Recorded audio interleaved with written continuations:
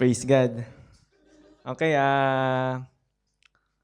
once again, good evening to everyone. Good evening, brothers and sisters, and good evening to our brothers and sisters who are with us online. Shalom, shalom. And tonight, by the way, I'm Brother Oliver.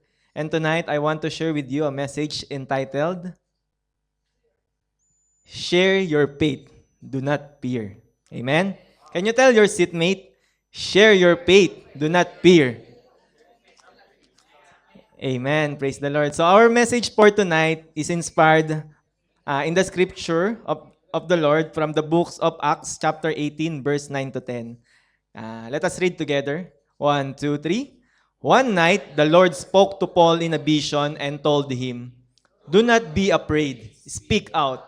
Do not be silent, for I am with you, and no one will attack and harm you, for many people in this city belong to me."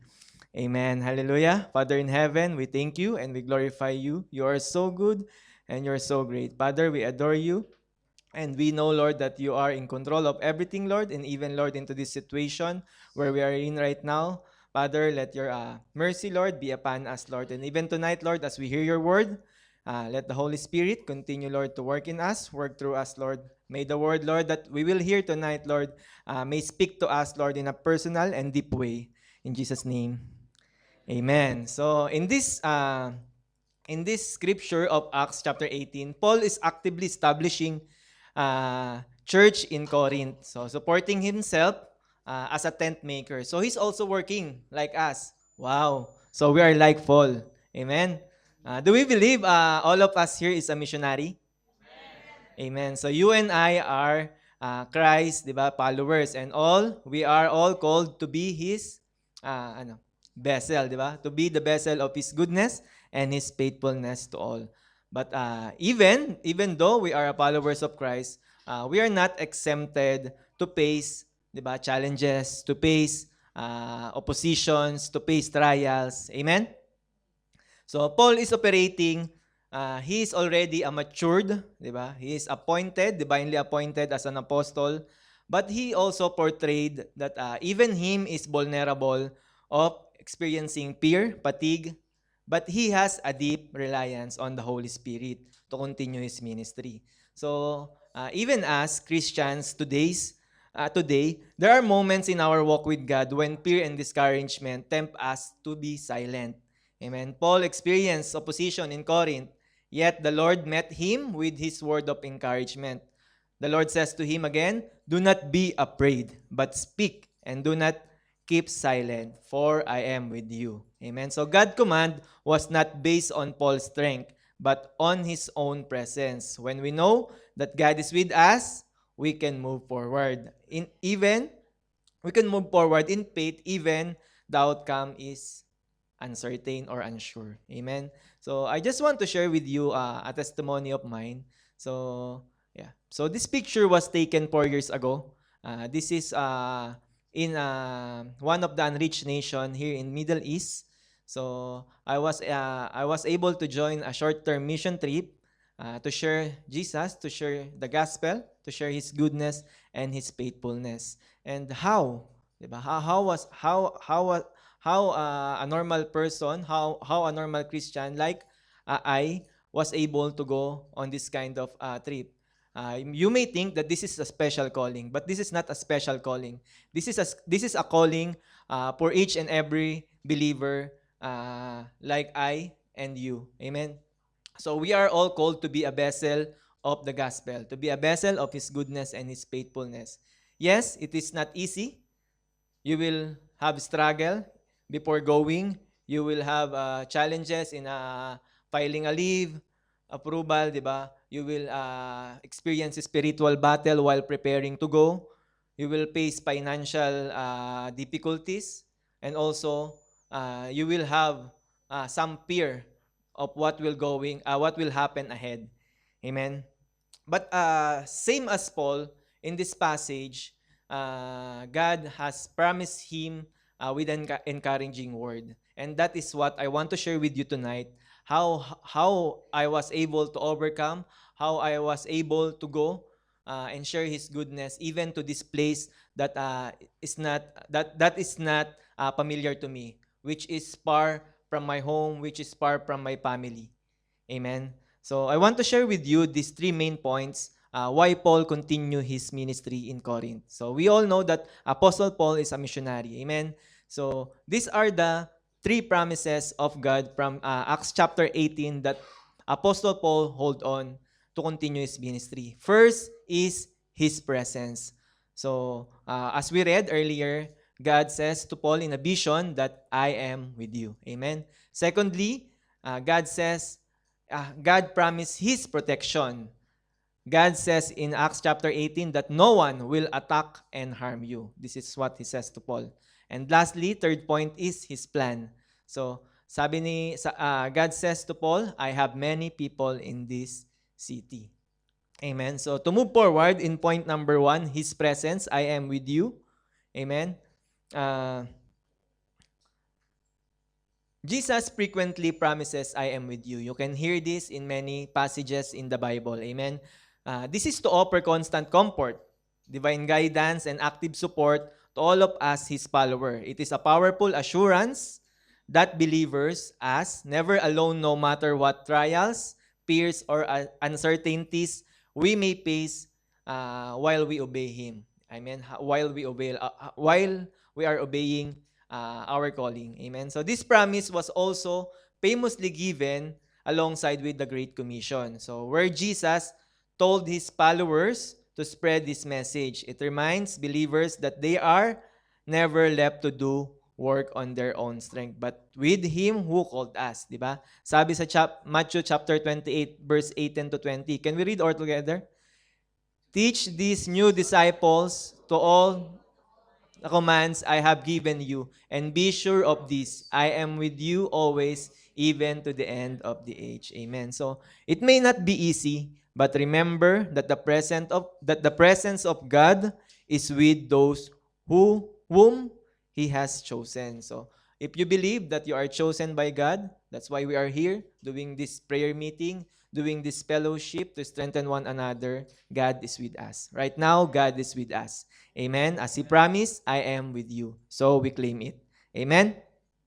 So moving on po sa ating second point. This is a very short message, so bear with me, please. So the second promise of God to Paul during this mission trip in Corinth is His protection. He says, no one will attack and harm you. Amen. Can we next slide? Yeah. So one night, the Lord spoke to Paul in a vision and told him, don't be afraid, speak out, don't be silent, for I am with you, and no one will attack and harm you, for many people in this city belong to me. Amen. So next slide. It also says in other scripture that was written by Apostle Paul in Romans chapter 8, verse 31, it says there, what shall we say about such wonderful things as this? If God is for us, who can be against us? Amen? If God is with us today, who can be against us? Amen? So no one can against us. Amen? So aside from physical threat, as we obey our calling, we are also mainly as we obey God, aside from this physical threat, we will also face spiritual threat from the enemy. Amen. So as we obey, spiritual battle will be there. Amen. So I want to share with you some real life example of spiritual protection that we have as we follow God. So first is divine promptings or gut feelings. So I believe all of you have already experienced this. Naalala nyo ba yung when you experience sudden or unexplainable urge to, for example, to avoid person or when suddenly when you're driving, suddenly you were rerouted or you were redirected by, for example, you lost internet and some while you are traveling, and you got redirected, and after the day you realize and you saw in the news that there are some accidents on that road, something like that. And that time you realize that God, redirected your travel. Amen. So that is the example of divine promptings. So secondly is emotional resilience during tragedy. So this is for example, the loss of job, amen, loss of loss of someone in life, amen. Uh, this is also one of the promise of God that He will protect us from this. One of the example in this emotional resilience during tragedy, I want to share with you that after that mission trip that I had last 2022, my mom passed away. So I did that mission February 2022, and my mom passed away April 2022. So I don't know, for some reason, I'm not that much affected. I'm not saying that I'm not mourning, but uh, I don't feel that sadness of losing someone, especially when you know that that someone, my mom, uh, received Jesus before he left this world. Amen. So you know that that assurance, that peace that I have in me is from God itself. Is from God itself. Amen. So I want to thank God for that. And also next is victory over temptation. This is also one of the protection that God is giving us as we obey Him. So we face moment of instant temptation to engage in a harmful habit or destructive behavior, but a sudden surge of strength, often through prayer or recalling spiritual truth, allows us to walk away. Amen. I don't want to make this example, but I think this is very timely right now. In our basketball games, so a lot of brothers are getting tempted, to get angry. They are getting tempted to get jealous, to get angry with someone, which is uh, we should uh, we should be we are protected by on these things, in this temptation, but still we fall down. So later we will talk about how we can activate this protection and how we can practice this protection. So next is freedom from guilt and regret. So God also protect us from this. God's grace acts as a shield by providing forgiveness, preventing past mistakes from destroying your mental well-being, and allowing you to move forward with renewed spirit. So next slide po. Yeah. So I want to share with you how to practice and activate this spiritual protection. So this spiritual protection, sometimes we have to make it, practice to activate these things. So first, how we can activate, this spiritual protection. So as Brother Arjun shared earlier, we should pray. There is a power in prayer. Amen. So prayer is directly communicating to God to appeal safety, confess faults, and claim spiritual authority. Amen. So sabi nga ni Brother Arjun, as he shared earlier, if you have fear, pray it to God. Amen. Give it to God. Amen. So the next is the armor of God. So does everyone know the armor of God? Ephesians 6:18. Can you next slide, please? Yeah. So Ephesians 6 verses 10, this is to 18. So what are the armor of God? Belt of truth, breastplate of righteousness, shoes of peace, shield of faith, helmet of salvation, sword of spirit. Amen. We should always, diba, wear this every day in our life. Amen. That we can claim this protection from God. Amen. So this is from God itself. Amen. This is not from us, but from God. Amen. Next is memorizing scripture. Does everyone here memorize any scripture? Do we know that Jesus is alive community vision? Amen. John 15:16. You did not choose me, but I chose you and appointed you that you should go and bear fruit, and that your fruit should remain, and whatever you ask in my Father's name, He may give you. Amen. So praise the Lord. This is very important.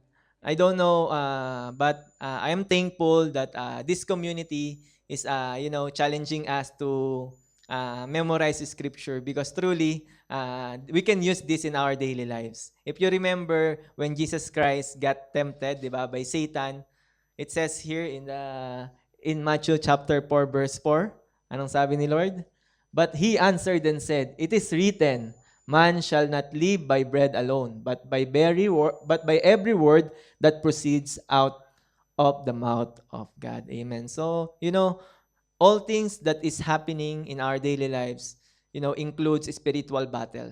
How we can fight with this spiritual battle if we don't have this spiritual armor, spiritual sword, di ba? The word of God. Amen. So the last armor of God in this Ephesians 6 is the sword of the Spirit, which is very important. Amen. The word of God. So we must always have it. Amen. So we can have our protection, di ba? During the attacks of the enemy. Amen. So lastly, how we can activate and practice this is by being with the community. So community support. This is example of why we are getting spiritually protected in a community. Spiritual covering. If you have been if you studied already this spiritual covering in the local church or community, uh, are our leaders, pastor, elders, cell leaders, who are guiding us, giving us advice, praying for us, amen, or rebuking us. So that's why having or being part of a community is an essential to a believer. Amen. So these appointed brethren counsel us during storms and heat or rain of our life. Everyone must have covering because all of us go through storms. That is why being part of the community is important for a believer. Amen? So spiritual protection is the invisible defense of your mind, soul, and emotions against negative spiritual forces, temptation, and despair. So in our daily lives, it is most commonly experienced as unseen guidance away from danger, the sudden provision of emotional peace during a crisis, or the inner strength to overcome destructive habits. Amen? So, ayun po. So, ayun po yung first two promise ng Panginoon kay Paul. First is, ano nga po yung first promise? His presence. And secondly po, is His protection. And lastly po, the last promise of God to Apostle Paul in this Acts chapter 18, in his missionary journey to Corinth, is His plan. Amen. So he says, I have many people in this city. Amen. So, I want to share with you this God's vision, Matthew 24:14. God says here, the Lord says, and this gospel of the kingdom will be preached in all the world as a witness to all nations, and then the end will come. Amen. So, God's perspective is higher than ours. It is natural to have a limited human understanding of our circumstances. Trusting in God's means believing His knowledge and purposes far exceeded our own. Amen. So, as stated in the Bible, His ways are higher than human ways. So, Joseph. Yeah, Joseph, that who was given a dream by God as a teenager, only to see his life is different from what God promised him. But redirection of God to His purpose for Joseph was really amazing, right? So Joseph might ask where was God? What was God's plan? Is this still God's plan? So however, the Bible repeatedly says God was with Joseph, but life was not following Joseph's dream or plan. So God never left Joseph. God never leaves you. Through the life of Joseph, we can learn how to see God in what feels like the redirection to God's plan. So we can learn to rely on God's plan and we can learn to trust God's plan. Amen? So, sabi nga, di ba, Many are plans of man, but the plans of God, di ba, prevails. Amen? So, ayun lamang po. Are you still not uh, encouraged to share your faith with these promises of God, di ba? His promise of His presence, His promise of His protection, and His promise of His plan. Amen. So as a conclusion po, it says, di ba, in verse 9, do not be afraid. Speak out. Do not be silent.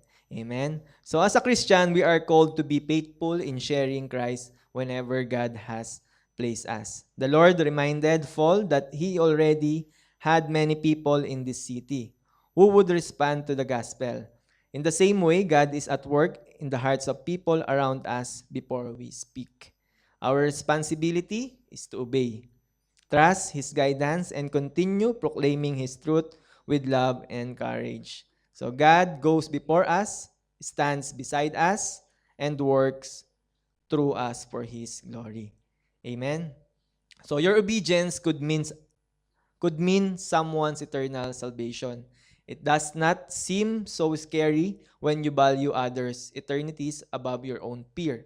So serving God is not always easy, but His promise never changes. He says, I am with you.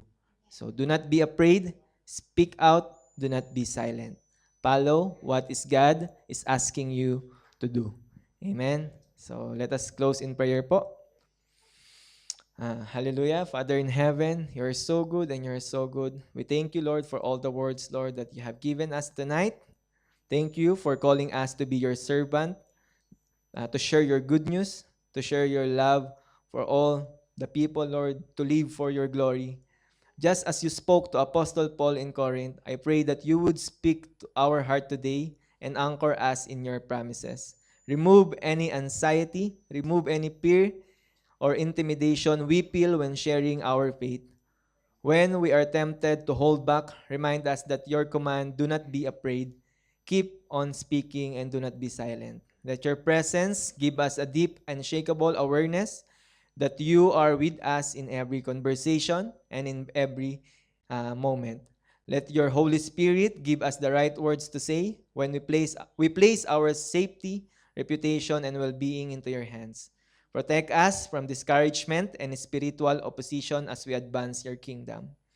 Open our eyes to see the people around us through your eyes. Remind us that you are already at work in our community and that you have people ready to hear your truth.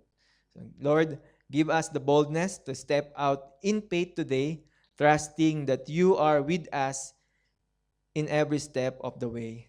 So, this we pray in the mighty name of Jesus Christ. Amen.